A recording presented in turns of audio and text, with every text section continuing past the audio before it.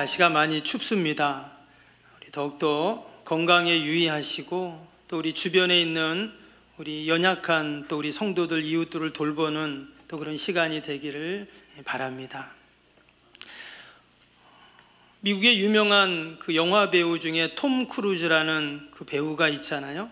우리나라에도 여러 번 와서 팬 사인회를 하곤 했는데, 이분이 나온 영화 중에 아주 유명한 영화가 있습니다. 미션 임파서블이라는 영화인데 한 번쯤은 보셨겠죠? 제가 보니까 자료를 찾아보니까 이 영화가 1996년에 처음 개봉이 되었는데 벌써 30년 가까이 됐잖아요. 근데 아직까지도 그 미션 임파서블 시리즈 영화가 합니다. 작년에 미션 임파서블 8를 했어요. 참 더 대단하다 이런 생각을 해보면서, 거기에 이제 나오는 주인공이 톰 크루즈라는 아주 잘생긴 미남 배우죠. 그런데 그분이 이제 본부에서 어떤 미션을 받습니다. 이 첩보 액션 영화인데, 그러면 그것을 감당할 때 막 훈련도 하고 막 무기도 막 이것저것 막 사용하고 온갖 위험을 감수해서 이렇게 처음부터 끝까지 아주 그냥 재미있습니다. 그러니까 주인공이니까 어떨까요? 이 사람은 총에 맞아도 안 죽고, 비행기에서 떨어져도 안 죽고, 폭포에서 떨어져도 안 죽습니다. 왜? 주인공이니까. 주인공이면 그 다음 시리즈가 안 나오잖아요. 그래서 죽을 것 같으면 또 살려놓고 계속 그럽니다. 이제 그런 영화인데, 근데 거기서 제목이 미션 임파서블이에요. 그래서 어떤 미션, 사명을 주는데 그것을 원래는 도저히 감당할 수 없는 그러한 일입니다. 그런데 이 사람이 그것을 가능한 미션으로 만든다 하는 그런 영화예요. 여러분 꼭 한번 보시기 바랍니다. 근데 오늘 본문에도 부활하신 주님께서 제자들에게 이제 미션을 주시는 그러한 내용입니다. 그래서 우리는 마지막 사명이다 이렇게도 이야기를 하죠. 예수님께서, 부활하신 주님께서 40일 동안 이 땅에 계시다가 이제 때가 돼서 이제 하늘로 승천하시잖아요. 가시기 전에 하나님의 나라 일을 쭉 말씀하시고 또 행하시고 그러셨습니다. 그러고는 마지막으로 하신 말씀이 바로 오늘 함께 읽었던 우리가 너무나 잘 아는 주님의 지상명령이라고 하는 이 마태복음 28장 18절에서 20절까지의 말씀입니다. 아마도 제자들은 그 죽음에서 부활하신 예수님이 영원히 자신들과 함께 할 거라고 생각했습니다. 그렇죠. 이 죽음은 다 끝이라고 생각했는데 예수님이 살아났잖아요. 그러면 어떻습니까? 이제 죽음도 이기신 그 불사신 같은 분이 우리의 대장이니까 이제 우리는 걱정할 게 없다. 이제 우리의 세상이 온다. 이런 거죠. 근데 예수님이 갑자기 뭐라고요? 이제 나는 떠난다. 이렇게 말씀하는 거예요. 근데 그냥 죽는 것도 아니고 어때요? 아예 이 땅에서 존재가 없어진다. 이런 말씀을 하는 겁니다. 그래서 여러분, 승천이라는 것은 아주 신비한 그러한 사건이에요. 그럼 이제 제자들의 반응이 어떨까요? 그냥 마냥 신기하게만 여길 수는 없죠. 왜냐? 예수님이 없어지는 거니까. 당연히 그들은 낙심하고 또한 실망하게 됩니다.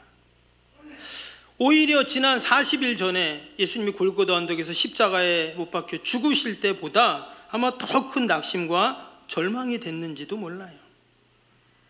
여러분, 지난주 금요일 날 그 가수 송대관 씨가 갑자기 심장마비로 돌아가셨잖아요. 혹시 기사 보셨나요? 저는 그 기사를 보면서 참 마음이 참 아팠습니다.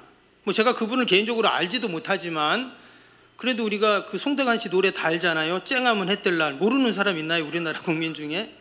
그런데 그분이 보니까 집사님이시더라고요. 그리고 이제 교회도 다니시면서 간증 집회도 하고 이제 그러셨던데, 그리고 갑자기 세상을 떠나니까 참 너무 안타깝다는 생각이 들었습니다. 근데 우리는 하나님이 부르시면 여러분 언제든지 가야 합니다.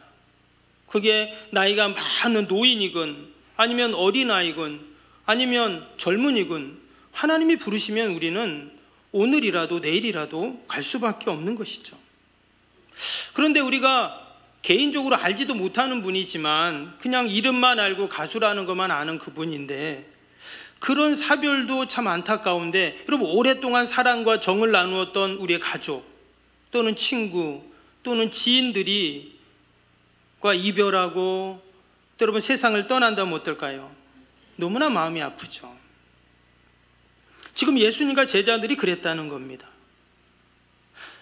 우리가 3년 반 동안 늘 같이 먹고 자고 동고동락했어요. 예수님이 가시는 곳마다 수많은 기적들이 나타났잖아요. 또 마치 하늘의 보화가 쏟아지는 것처럼 예수님이 말씀만 하시면 그 진리가 막 쏟아져 나왔어요. 그런 예수님과 지난 3년 동안 함께했던 삶은 꿈같은 시간이에요.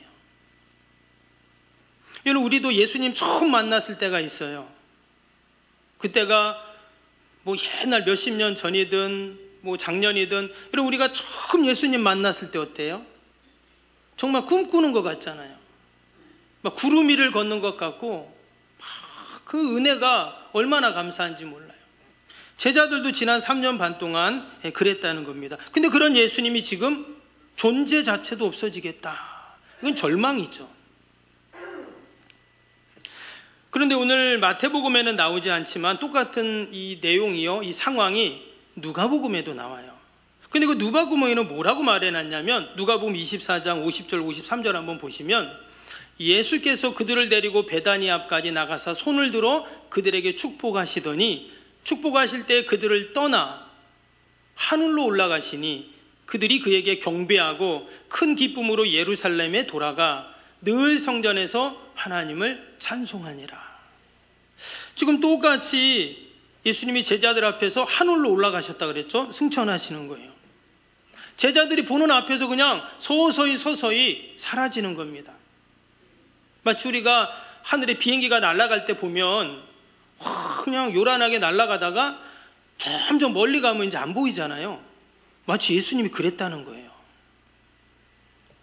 그러면 제자들은 얼마나 큰 실망과 그 이별의 아픔, 슬픔 이런 게 있어야 되는데, 누가복음에 뭐라고 했냐면 큰 기쁨으로 이랬어요. 기뻤다는 거예요. 예수님이 함께 하시고 옆에 계셔서 막 그런 기적을 막 내 삶 속에서 행해 주시고 그런 재밌는 말씀도 좀 해주시고 이래야 기쁜 건데, 지금 예수님이 간다고 하는데 기뻐했어요. 그리고 찬양하고 경배했다, 이런 말이 나와요. 과연 왜 이랬을까? 이것은 바로 예수님이 제자들에게 주신 미션 때문에 그렇습니다. 그게 오늘 함께 읽었던 18절에서 20절까지 말씀이에요. 과연 예수님이 제자들에게 어떤 미션을 주셨을까? 예수님과 헤어지면 낙심하고 절망해야 할 제자들인데 어디서 이런 기쁨, 또 즐거움, 또 감사, 은혜, 축복이 내려졌는가? 오직 사명, 미션 때문이었다는 거예요. 여러분, 동일하게 하나님께서 저와 여러분들에게도 예수님이 제자들에게 주셨던 여러분 그 사명과 미션을 주셨는 줄로 믿습니다. 아멘. 사명 얘기 나오니까 또 이렇게 아멘이 작아지시네요. 하나님이 나에게 미션을 주신 것이 여러분 축복인 줄 믿습니다. 그리고 내가 그 사명을 지금 감당하고 있다면 그것이 가장 큰 은혜이고 축복입니다. 어떤 분들은 직분과 사명에 대해서 시시하게 생각하는 분도 계십니다. 나는 뭐 그런 거 없어도 지금까지 잘 살아왔는데 뭐 지금 나의 상황이 안 좋으니까 뭐 좀 다음에 하지, 이렇게 사명을 회피하기도 합니다. 그런데 그분은 왜 주님께서 나에게 사명을 주셨는지 잘 모르기 때문입니다. 예수님은 우리에게 사명을 주시기 전에 먼저 주시는 게 있어요. 그게 오늘 18절인데요 18절 볼까요? 예수께서 나와 말씀하여 이르시되 하늘과 땅의 모든 권세를 내게 주셨으니. 여기 뭘 주셨다고 했죠? 하늘과 땅의 모든 권세를 주셨다. 주실 것이다가 아니라 뭐라고요? 주셨다, 과거형으로 쓰고 있습니다. 여러분, 이 권세는 원래 누구의 권세일까요? 예수님 권세예요. 왜? 하늘과 땅의 모든 권세니까 예수님이 가지고 계셨던 권세인데, 이제 예수님이 이 땅에 안 계시고 가신다 했잖아요. 그러니까 가지고 계셨던 그 권세를 제자들에게 주신 거죠. 그걸 좀 더 디테일하게 말하면 양도하신 거예요. 왜 지금 예수님은 제자들에게 하늘과 땅의 모든 권세를 주셨을까? 여러분, 우리가 어떤 일을 할 때 도구가 필요하잖아요. 땅을 팔려면 삽이 필요하고, 밭을 일구려면 호미가 필요하고, 무슨 기계가 고장나면 도라이버가 있어야 열어볼 수가 있습니다. 그래서 도구가 좋을수록 어때요? 연장이 좋을수록, 장비가 좋을수록 일할 때 너무 편리합니다. 근데 예수님께서 지금 제자들에게 뭘 주셨어요? 권세라는 도구를 주셨습니다. 이 권세라는 도구는 과연 어떤 도구일까? 말씀 그대로입니다. 하늘과 땅의 모든 권세예요. 그냥 시시한 권세가 아니에요. 하늘과 땅의 모든 권세, 하늘에서 다 감당할 수 있는 권세, 이 땅에서 다 누릴 수 있는, 사용할 수 있는 그 권세, 이렇게 얘기했어요. 그래서 예수님이 하늘로 가시면서 본인은 그 권세를 포기하시고 제자들에게, 믿음의 성도들에게 양도해 주신 겁니다. 그것도 장차 주실 게 아니라 뭐라고요? 주셨으니 이랬어요. 주신 거예요. 이미 하나님이 저와 여러분들에게 여러분 주셨는 줄로 믿습니다. 이 권세가 어떤 권세인가? 마가복음 16장 17절 18절에 이렇게 말씀했습니다. 믿는 자에게는 이런 표적이 따르리니 곧 그들이 내 이름으로 귀신을 쫓아내며 새 방언을 말하며 또 무슨 독을 마실지라도 해를 받지 아니하며 병든 자에게 손을 얹은 즉 나으리라. 여러분, 이것은 특별한 은사를 가진 사람들에게만 주어진 게 아니에요. 뭐라고요? 믿는 자들에게 그랬잖아요. 믿는 자. 그러니까 모든 믿는 자들에게 하나님이 주시는 그 놀라운 권세예요. 이것이 바로 지상명령, 사명을 부여받은 우리 성도들에게 주신 권세이고 또 우리에게 일어나는 여러분 그러한 역사인 줄로 믿습니다. 여러분, 국회의원이 되면 일반 시민들은 가지지 못하는 권세와 특권이 있습니다. 우리가 금배지 달았다 이런 말 하잖아요. 그렇죠? 근데 제가 찾아보니까 이 국회의원이 됐을 때 일반 시민들하고는 다른 무려 200가지의 특권이 있더라고요. 우리가 잘 아는 면책특권, 불체포 특권이 있습니다. 회기 중에 무슨 죄를 지었다면 당연히 죄를 물고 그거에 대한 벌을 받아야 되는데 면책특권이 있다는 거예요. 이런 게 어떻게 있습니까? 근데 있다는 거예요. 그런 대우를 해주겠다는 겁니다. 뿐만 아닙니다. 물질적 혜택도 상당해요. 여러분, 국회의원이 1년 연봉이요 1억 4천이라고 해요. 그 외에도 입법 활동을 위한 매월 1,180만 원, 가계지원비 매월 86만 원, 관리 업무 수당 46만 원, 특별활동비 상회비 정근수장 연간 1,144만 원을 준답니다.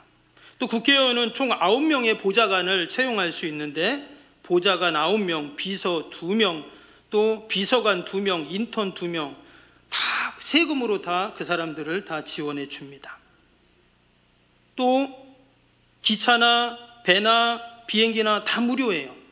그리고 45억 상당의 무려 45평 상당의 11억대는 사무실을 무료로 줍니다. 제가 그걸 보면서 깜짝 놀랐어요. 이렇게 혜택이 많아? 그래서 이 사람들이 그렇게 국회의원이 되려고 하나? 이런 생각이 들더라고요. 그러면서 또 한편으로는 이거 아무나 뽑으면 안 되겠구나. 우리가 다 내는 세금으로 이런 특권을 누리는 사람을 아무나 뽑아놓으면 되겠어요? 여러분, 국회의원 잘 뽑으시기를 바랍니다. 여러분, 이런 것이 국회의원이 누리는 권세이고 특권이라고 한다면 하나님의 자녀가 누리는 권세와 특권은 어떨까요? 사람들은 눈에 보이는 세상의 권력과 지위만 생각을 합니다. 그러나 사실 눈에 보이지는 않지만 이 영적인 권세, 영적인 파워가 더 크죠. 지금 예수님에게는 눈에 보이는 물리적인 힘도 있으셨어요. 오늘 말씀처럼 하늘과 땅의 모든 권세를 갖고 계셨기 때문에. 그래서 하늘의 권세라는 것은 영적인 권세라고 할 수 있고 땅의 권세는 육적인 권세라고 할 수 있겠죠. 근데 예수님이 우리에게 그 영적인 권세와 육적인 권세를 다 우리에게 주셨다는 거예요. 믿으십니까? 아멘. 우리가 2025년도는 내 힘으로 하는 게 아니라 하나님이 우리에게 양도해 주신 하늘의 권세, 그 능력을 사용하는 여러분 축복의 해가 되기를 바랍니다. 우리는 눈에 안 보이는 영적인 권세는 안 보이니까 무시할 때가 많습니다. 근데 희한한 것은 뭐냐면 이 영적인 권세는요, 그것을 인정하는 자에게만 그 권세가 나타난다는 거예요. 인정하지 않는 자에게는 하나도 없어요. 이것을 믿고 의지하고 하면 그 권세가 나타나게 되어 있습니다. 어떤 분은 그 힘과 권세가 있어도 인정하지 않기 때문에 사용하지 않는 분이 계십니다. 또 잘 몰라서 사용하지 못하기도 해요. 또는 하나님이 나에게 주신 권세를 과소평가하는 경우도 있습니다. 그런데요, 한번 그 권세를 사용해서 경험해 본 사람들은 다릅니다. 여러분, 우리가 때때로 힘들고 어려운 일이 있어요. 그런데 기도했더니 그 문제가 해결이 됩니다. 그럼 어때요? 그럼 더 기도하게 되거든요. 종종 그런 분들이 계십니다. 성도님들 중에 저에게 기도 부탁을 하세요. 목사님, 이런 어려움이 있는데 좀 기도 좀 해주세요. 그래요. 그럼 저는 네, 알겠습니다. 그럼 얼마 지난 다음에 이제 연락이 와요. 목사님 그때 기도해 주셔서 이렇게 좀 잘 해결됐어요. 감사해요. 아멘도 안 하시네. 여러분, 그러면 이분은 어떨까요? 늘 기도 부탁을 하겠죠. 왜? 경험했으니까. 근데 간혹 그런 분도 있어요. 목사님 귀찮을까 봐 말 안 했대요. 저 하나도 안 귀찮거든요. 제발 좀 부탁 좀 해주시기 바랍니다. 또 어떤 분은요, 부끄럽고 창피해서 말 못했대요. 그분은 아직 덜 힘든 분입니다. 내 힘으로 해보겠다는 거예요. 우리가 지난 한 해 돌이켜보면 참 큰 일이 많이 있었습니다. 그런데도 하나님께서는 희한하게 잘 넘어가고 또 잘 비켜가고 지나가게 하셨습니다. 저만 그런가요? 아니죠. 우리가 다 그런 삶을 살아왔습니다. 왜냐? 하늘의 권세가 주어진 하나님의 자녀들에게 하나님 주신 축복 때문에 그렇습니다. 여전히 하나님께서는 우리가 귀한 사명, 미션을 감당할 수 있도록 그 권세를 부어주셨고 그 권세로 우리가 이 땅에서 살아가도록 그렇게 해주신 것입니다. 이것이 하나님의 자녀에게 주시는 여러분 축복인 줄로 믿습니다. 이런 권세는 언제까지 계속된다고 했죠? 20절 보면 내가 너희에게 분부한 모든 것을 가르쳐 지키게 하라. 볼지어다 내가 세상 끝날까지 너희와 항상 함께 있으리라 하시니라. 여기에 보면 세상 끝날까지라는 단어가 나왔어요. 이 끝날까지라는 말이 신딜레이아라는 단어입니다. 종결, 완전, 언제나, 영구히 이런 뜻이에요. 즉 하나님이 우리에게 주신 그 권세는 어떻게 해요? 세상 끝날까지, 그러니까 세상이 종결될 때까지 영구히 너희와 함께 하시겠다 하는 말씀이에요. 이것은 시간적인 의미도 있지만 상황적인 의미도 포함이 되어 있어요. 즐거울 때나 기쁠 때나, 또 슬플 때나 힘들 때나, 또 평안할 때나 또 아닐 때나, 사망의 음침한 골짜기를 다닐지라도 원수의 목전에서도 주님이 나와 함께 하신다 하는 말씀이죠. 시간, 장소, 조건, 상황 관계없이 하나님이 함께 하신다는 그러한 말씀입니다. 여러분, 세상 누가 나와 영원히 함께 해줄 사람이 어디가 있습니까? 듬직한 자녀? 사랑하는 아내와 남편? 또 내 친한 친구? 아닙니다. 나와 영원히 할 수는 없는 거예요. 그러나 주님은 내가 앉으나 서나, 길을 갈 때나 멈출 때나, 일을 할 때나 쉴 때나 언제든지 세상 끝날까지 나와 함께 해주신다고 약속하셨어요. 올 한해 2025년도도 분명 하나님이 나와 우리의 가정과 또 우리 일터와 주님의 몸된 교회 가운데 함께 하실 줄로 믿습니다. 함께 하신다는 말은 다른 말로 하면 사랑한다는 말입니다. 우리가 사랑하면 함께 하고 싶어 해요. 여러분, 내가 싫어하는 사람이 있는데 그 사람이 있는데 가고 싶은 사람이 누가 있어요? 우리가 오늘 예배당에 온 이유도 뭡니까? 내가 석병교회를 사랑하기 때문에. 석병교회 사랑하지 않는 사람 안 옵니다. 근데 내가 사랑하니까, 더 나아가서 내가 하나님을 사랑하니까 예배 자리에 나오고 하나님을 만나러 온 것이죠. 함께 한다는 것은 사랑입니다. 기독교는 종교가 아니라 관계라는 말이 있어요. 여러분, 종교는 의식, 교리, 전통, 규범, 도그마 뭐 이런 거 많이 있어요. 이런 것도 다 중요합니다. 그러나 제일 중요한 건 뭐죠? 하나님과의 나의 관계이죠. 하나님과의 나의 관계가 안 되면 말씀드린 이런 모든 것들은 별 의미가 없어져요. 근데 그 관계는 어떤 관계라고요? 사랑의 관계다라는 겁니다. 사랑의 관계는 계산된 관계가 아니에요. 계산을 안 합니다, 사랑은. 여러분, 자녀들하고의 관계인데, 관계에서 여러분 계산하는 부모가 어디가 있습니까?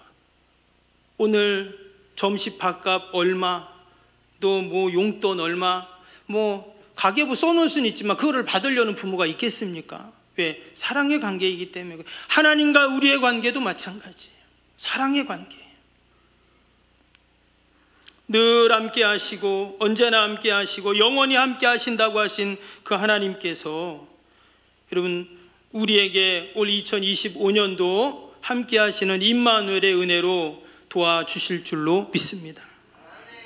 여기서 함께라는 단어도 한번 다시 한번 보면 항상 함께 있으리라 그랬잖아요.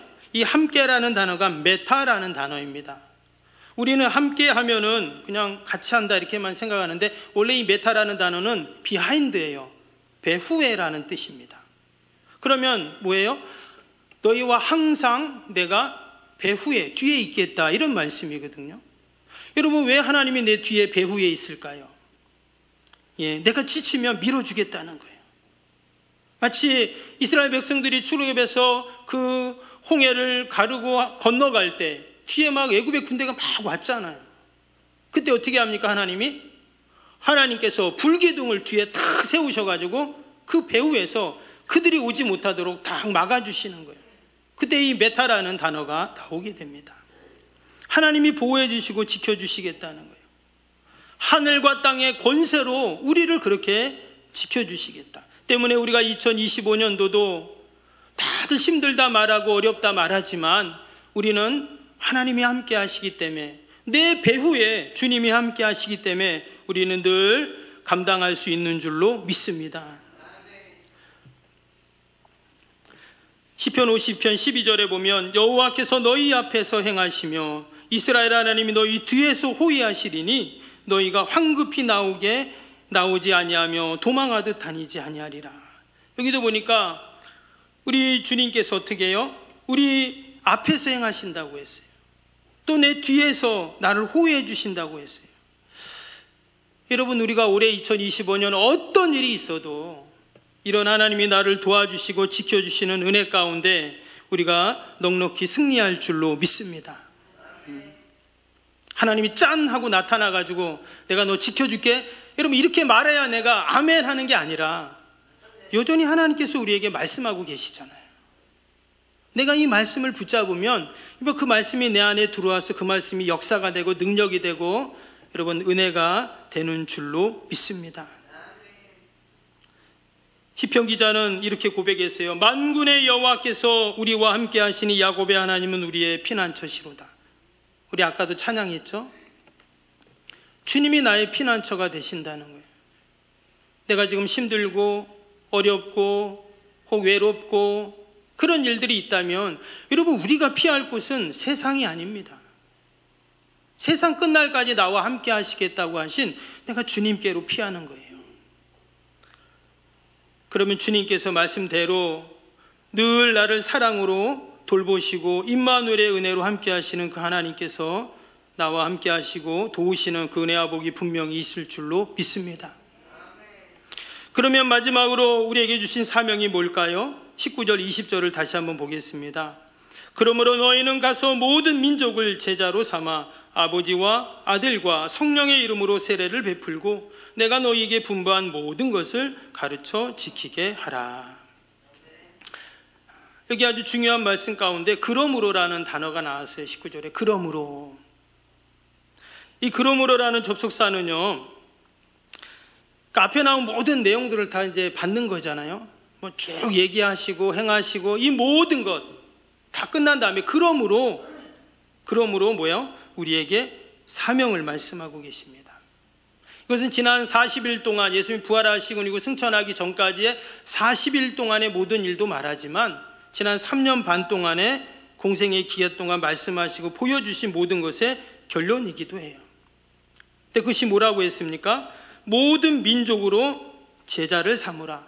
아버지와 아들과 성령의 이름으로 세례를 주라.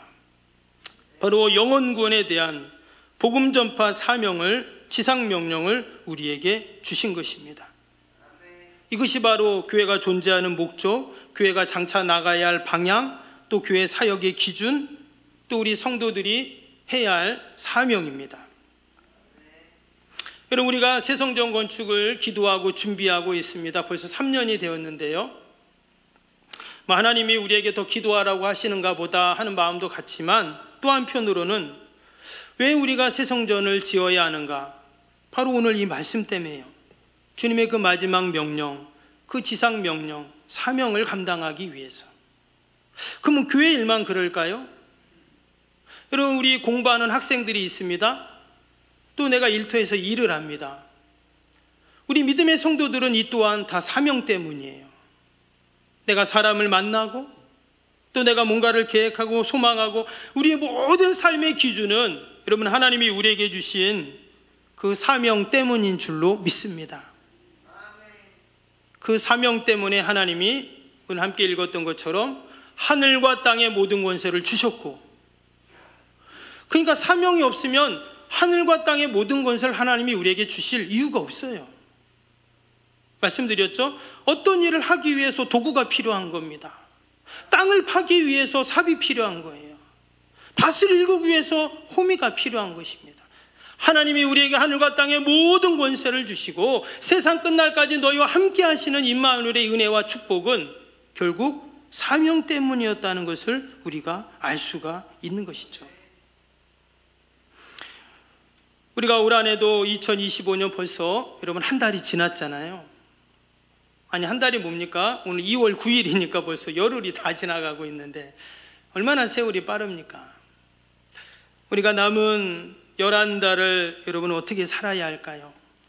하나님이 주신 그 사명을 내가 생각하고 내가 그 사명을 감당하며 나아갈 때 여러분 하늘과 땅의 그 권세가 우리에게 있고 또한 언제든지 어떤 상황이든지 하나님이 나와 함께 하시는 그 임마누엘의 은혜와 축복이 분명히 있을 줄로 믿습니다. 그래서 늘 감사하고 늘 기쁘고 늘 사명 감당하고 하나님 영광 돌리는 여러분 저와 여러분이 되시기를 주님의 이름으로 축복합니다.